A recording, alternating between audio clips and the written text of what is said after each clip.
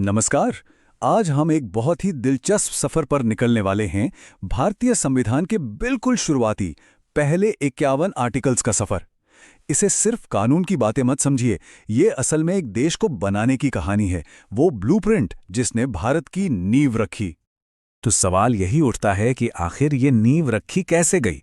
देखिए, ये कोई सूखा कानूनी दस्तावेज नहीं है, बल्कि ये एक राष्ट्र के बनने और उसकी पूरी संरचना की कहानी है। चलिए इसमें और गहराई से उतरते हैं। तो हमारी इस यात्रा का रोड मैप कुछ ऐसा रहेगा। सबसे पहले देखेंगे भारत का नक्शा, फिर जानेंगे कि नागरिक कौन है। उसके बाद आएंगे हमारे मौलिक अधिकार और फिर राज्य के क्या लक्ष्य हैं, और आखिर में इन सब को एक साथ जोड़कर देखेंगे कि ये संविधान की आत्मा कैसे बनती है। तो चलिए पहले हिस्से से शुरू करते हैं। आर्टिकल्स 1 से 4 जो इस देश का मतलब हमारे देश का फिजिकल ब्लूप्रिंट तैयार करते हैं। इसे समझने का सबसे आसान तरीका है भारत को एक बहुत बड़ा घर मान लेना। और कोई भी घर बनाने का पहला कदम क्या होता है? उसकी जमीन और उसकी बाउंड्रीज तय करना। संविधान का पार्ट 1 ठीक यही काम करता है। और देखिए सबसे कमाल की बात क्या है, हमारे संविधान बनाने वालों ने इस पूरी प्रोसेस को कितना आसान रखा। आर्टिकल 1 वो तो घर का नाम बताता है, इंडिया दैट इज भारत। फिर आता है आर्टिकल 2 जो कहता है कि संसद चाहे तो नए कमरे मतलब नए राज्य जोड़ सकती है। आर्टिकल 3 घर के अंदर का नक्शा बदलने की इजाजत देता है, किसी राज्य का नाम बदलना हो या उसकी बाउंड्री। और आर्टिकल 4 तो ये साफ कर देता है कि इन सब बदलावों के लिए कोई बहुत बड़ा कॉन्स्टिट्यूशनल अमेंडमेंट नहीं चाहिए, एक सिंपल कानून से काम हो जाएगा। कितना प्रैक्टिकल है ना। ठीक है, तो घर का नक्शा तो तैयार हो गया। अब अगला सवाल क्या होगा? यही कि भाई इस घर में रहेगा कौन। तो चलिए देखते हैं कि आर्टिकल्स 5 से 11 इस बारे में क्या कहते हैं। बिल्कुल, यही वो सवाल था जो संविधान बनाने वालों के सामने भी था। एक बार भारत की सीमाएं तय हो गईं, तो ये तय करना बहुत जरूरी था कि इस राष्ट्रीय परिवार का सदस्य कौन होगा, मतलब यहां का नागरिक कौन कहलाएगा।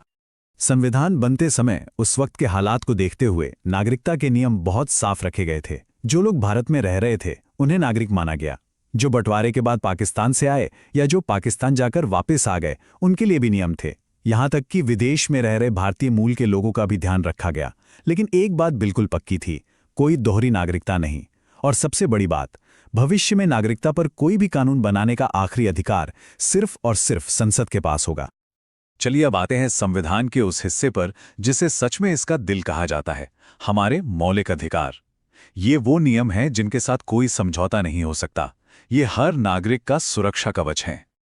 सोचिए, जैसे एक परिवार में कुछ नियम होते हैं ताकि हर कोई सुरक्षित और सम्मानित महसूस करे, ठीक वैसे ही हमारे मौलिक अधिकार देश के हर सदस्य को किसी भी तरह के अनफेयर ट्रीटमेंट से बचाने वाले घर के नियम हैं।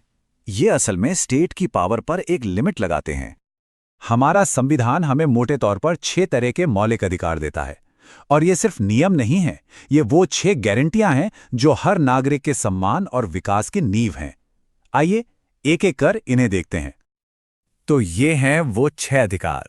पहला, समानता का अधिकार, मतलब कानून के सामने सब बराबर हैं। दूसरा, स्वतंत्रता का अधिकार, जिसमें बोलने से लेकर अपनी जिंदगी जीने तक की आज़ादी है।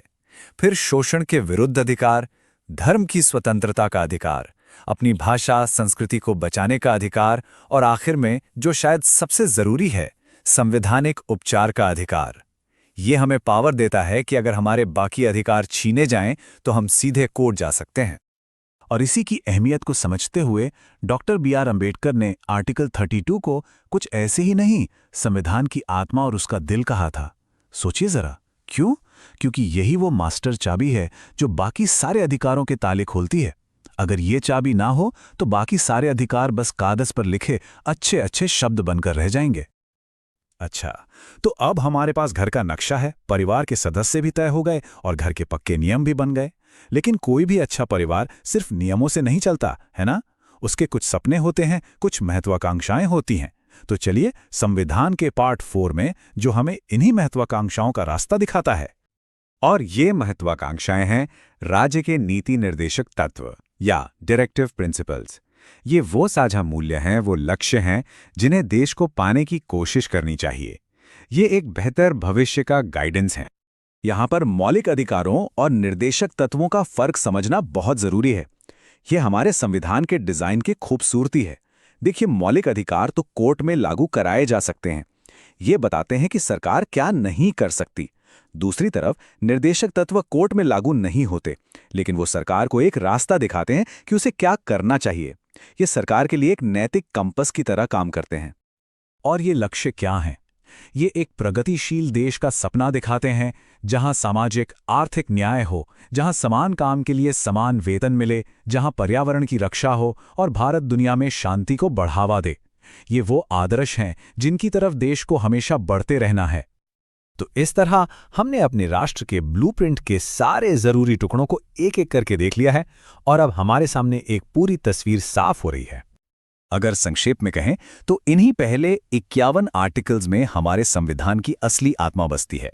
आर्टिकल्स 1 से 4 ने भारत का नक्शा बनाया, 5 से 11 ने बताया कि नागरिक कौन है, 12 से 35 ने हमें हमारे मौलिक अधिकार दिए और 36 से 51 ने देश के लिए लक्ष्य तय किए। एक राष्ट्र का पूरा ब्लूप्रिंट। और ये सब समझने के बाद एक बहुत बड़ा सवाल हमारे सामने आकर खड़ा होता है कि 70 साल से भी ज्यादा पहले लिखे गए 51 आर्टिकल्स, ये फाउंडेशनल बातें आज भी हमारी जिंदगी को, हमारे समाज को, हमारी राजनीति को कैसे गाइड कर रही हैं? ये एक ऐसा सवाल है जो आज भी उतना ही, बल्कि शायद आज और भी ज्यादा जरूरी है।